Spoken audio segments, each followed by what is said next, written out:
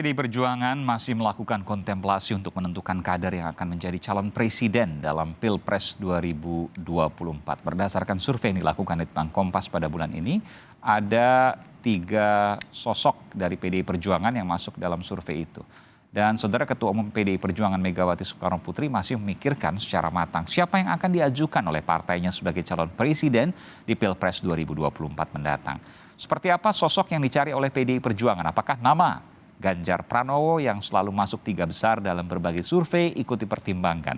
Kita akan tanyakan kepada Ketua DPP PDI Perjuangan Nusyirwan Suyono dan Direktur Eksekutif Carta Politika Yunarto Wijaya. Selamat malam Bapak-Bapak, sehat selalu. Selamat malam, Assalamualaikum warahmatullahi wabarakatuh. Waalaikumsalam. Waalaikumsalam. Bung Nusyirwan, jadi sampai sekarang saya tahu jawabannya belum dipikirkan dan masih berkontemplasi kalau jawaban Pak Sekjen tadi. Betul demikian? Betul bahwa tidak salah apa yang disampaikan oleh Pak Sekjen ya. Jadi sama sekali sekarang belum memikirkan meskipun riak-riak kecil di daerah terus bermunculan. Kemarin ada Ganjar yang ada DPC PDI Perjuangan di Purworejo misalnya. Lalu dipanggil ke pusat dan langsung senyap. Jadi nggak boleh ada kader yang bicara soal Pilpres. Jadi kalau yang disampaikan oleh seperti yang disampaikan oleh Saudara Sekjen, bahwa itu membuktikan bahwa tentu partai PDI Perjuangan, apalagi Ibu Ketua Umum Ibu Megawati Soekarno Putri, tentu tidak begitu saja, tidak dengan mudah untuk mengambil langkah berkaitan dengan calon presiden kelak nanti tahun 2024. Itu membuktikan bahwa kita memiliki tanggung jawab untuk memilih siapa yang akan nanti memimpin negara kesatuan Republik Indonesia ini dengan berbagai macam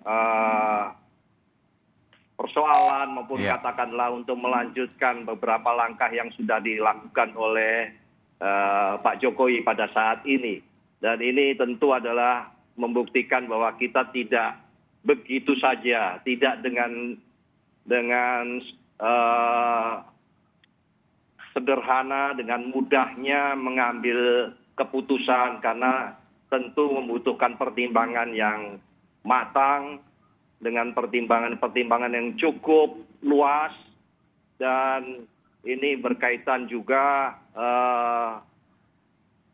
Indonesia ke depan. Iya. Dan PDI Perjuangan bertanggung jawab, atau dalam pengertian bahwa kita sangat berhati-hati dan mempertimbangkan ini dengan secermat mungkin. Bagaimana dengan pertanyaan ini Bung Nusyirwan? Baliho Puan Maharani semakin banyak, tapi suara yang mendukung Ganjar Pranowo dibungkam. Saya tidak dalam konteks ke hari ini untuk menyampaikan hal tersebut. Ya, silakan. Jadi saya hanya konsentrasi kepada apa yang tadi menjadi topik yang berkaitan dengan kontemplasi yang disampaikan oleh Saudara Sekjen tadi. Bahwa hal tersebut tentu bagus dan memang baik untuk kita lakukan hal tersebut untuk sampai kepada keputusannya kelak di kemudian hari. Kapan itu nanti, tunggu saja tanggal mainnya. Tunggu saja tanggal mainnya. Saya ingin ke Bung Toto. Bung Toto, betul nggak pertanyaan saya tadi? Baliho Puan Maharani semakin banyak, tapi suara yang mendukung Ganjar Pranowo dibungkam. Saya tidak berani ya menerjemahkan bahwa memang ada pembungkaman terhadap relawan. Kalau kita belajar dari, kalau kita lihat dari apa yang terjadi di Purworejo, kemudian dipanggil ke DPP. Tidak dipecat, Bung Aiman. Iya, jadi tapi kemudian suaranya tidak terdengar lagi. Setahu saya bahkan Pak FX Rudi malah masih bersuara dengan sangat kencang ya. Artinya saya fokus kepada Sumbogo. Ya, saya tidak tahu, itu kan karena yang dipanggil adalah Sumbogo. Partai. Tapi kalau ditanya dukungan kepada Ganjar, bahkan ada FX Rudi yang sampai detik ini berani secara eksplisit menyampaikan dukungan kepada Mas Ganjar. Apakah karena kedekatannya dengan Bu Mega? Saya tidak tahu, itu lagi-lagi pertanyaan tentang internal. Tapi yang jelas adalah memang ini situasi yang bukan pertama kali terjadi di PDI Perjuangan.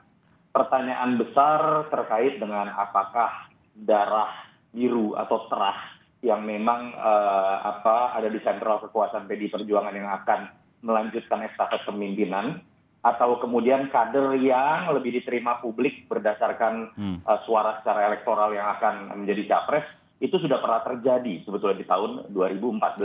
Dan saat itu kan memang cukup mengagetkan ya, bahkan lebih sensitif karena dulu yang muncul nama Ibu Mega sendiri dalam konteks apakah Ibu Mega atau Jokowi yang maju.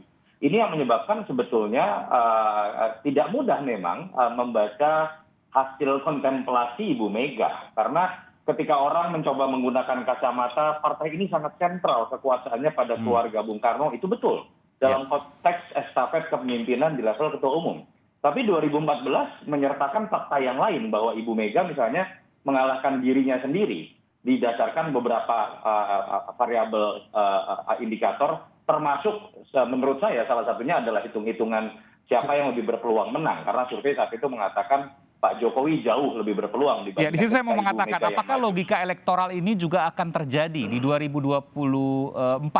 Karena gini, kalau dikatakan tadi tidak mengejutkan, iya secara sosok. Tapi ketika dilihat dari hasil survei, kan logika elektoralnya, kalau seandainya memajukan Bu Mega pada saat itu, maka kemungkinan kalahnya besar. Begitulah kurang lebih. Karena hitung-hitung dari survei. Tapi ketika memajukan Pak Jokowi, maka akan muncul ya potensi kemenangan yang besar. Sehingga kemudian dimunculkan. Meskipun juga itu tidak mudah secara politik untuk mengalahkan dalam tanda kutip sosok yang menjadi sentral di partai untuk kemudian mundur dari pencalonan.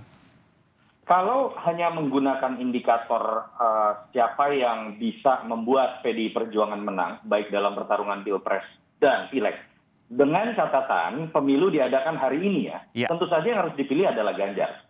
Tetapi kan ada variabel lain kita tahu. Pertama, ini memang masih 2 tahun setengah. Artinya kan bisa saja situasi masih berubah. Walaupun memang ada fakta yang harus diakui juga, angka dari Ganjar Pranowo dibandingkan dengan nama kader-kader lain disebutkan oleh Mas Hasto itu jauh sekali berbeda. Angkanya yang 1-2 digit, bahkan di survei terbaru dari Poltreking tadi saya baca sudah di atas 20%, sementara nama-nama lain bisa dikatakan di bawah 5%. Tapi kan ada catatan lain juga, kita tahu Ibu Mega, apa yang kita pelajari, ada kecenderungan melihat variabel-variabel lain. Pertama, masalah disiplin partai, loyalitas ya. Bahkan bukan tidak mungkin Ibu Mega berani untuk tidak populer menyatakan lebih baik kalah ketika harus kemudian mencalonkan sosok yang tidak sesuai dengan prinsipnya. Dan itu kita lihat misalnya pada saat Pilkada DKI, resikonya sangat besar ketika memajukan Ahok dengan situasi saat itu yang sangat konfliktual. Tapi saya pikir ada variabel lain secara prinsipil yang coba dikejar oleh Ibu Mega. Apakah merugikan secara elektoral? Ya, di Jakarta pada tahun 2017. Tapi kalau kita baca lebih lanjut, saat itu pilihan Ibu Mega walaupun berbuah kekalahan di Pilkada DKI, tapi makin memantapkan posisi PDI Perjuangan di Jakarta dan di seluruh Indonesia sebagai partai nasionalis dalam konflik tanda kutip di Pilkada DKI yang saat itu terjadi. Ini yang menurut saya tidak mudah kita baca, walaupun kalau ditanyakan apakah Ganjar bisa masuk dalam kategori yang tidak disukai oleh Ibu Mega, catatan saya ya sampai sekarang, konflik-konflik yang diberitakan oleh media itu tidak pernah terjadi dalam konteks Ibu Mega dengan Ganjar. Tidak ada sama sekali. Atau bahkan minim sekali ketika berbicara antara Mbak Puan dalam konteks statement dengan Mas Ganjar. Yang eksplisit ada adalah Mas Ganjar tanda kutip yang sempat dipersepsikan negatif terkait dengan pencalonan presiden oleh Mas Bambang Paco. Jadi levelnya dalam konteks Ketua DPD Jawa Tengah dan sifatnya lokal. Itu yang menyebabkan masih sulit menurut saya untuk menerka bahwa Ganjar ini ada di luar hitung-hitungan yang bisa dikatakan diterima oleh seorang Ibu Megawati. Oke, jadi semuanya masih belum jelas meskipun ketika Anda yakin pemilu dilakukan pada hari ini maka Ganjar pasti akan dipilih. Tapi nggak tahu nanti 2024. Ya kira-kira seperti itu, karena kalau hitung-hitungannya hanya pemilu diadakan hari ini dan faktor elektoral untuk berkuasa kembali menjadi pertimbangan utama, ya tidak bisa tidak Ganjar Pranowo yang pasti akan dipilih. Tapi masalahnya faktanya kan memang pemilu masih 2 tahun setengah lagi. Iya. Saya ingin ke Pak Nusirwan. Pak Nusirwan, apakah PDI Perjuangan selalu memikirkan survei yang menjadi hal yang utama di luar Pilkada DKI Jakarta ya untuk Pilpres? Ataukah ada hal lainnya yang kemudian menjadi pertimbangan utama? Survei itu selama ini kita hanya menjadi salah satu pertimbangan. Apakah yang Jadi utama? bukan hal yang utama di Bukan dalam yang utama. menentukan mengambil keputusan. Hmm. Jadi kita sudah melakukan pilkada, melakukan pileg, pilpres itu sudah kesekian kalinya. Dan tentu bahwa acuan data survei itu juga kita lakukan. Tapi itu hanya menjadi salah satu pertimbangannya saja. Jadi bukan menjadi hal yang utama. Oke. Apa yang menjadi hal utama? Bolehkah kami mengetahui soal itu? Ya, itu saya katakan bahwa tadi salah satu itu bukan berarti ada hal yang lebih utama atau tidak utama, itu tidak. Tapi itu menjadi salah satu alternatif membuat pertimbangan. Jadi Mas Aiman nggak usah kejar lagi. Yang utama yang mana enggak. Tapi itu salah satu pertimbangan. Atau jangan-jangan Bang Nusirwan nggak punya jawaban yang utama yang mana? Karena Bu Mega jawabannya ada di Bu Mega.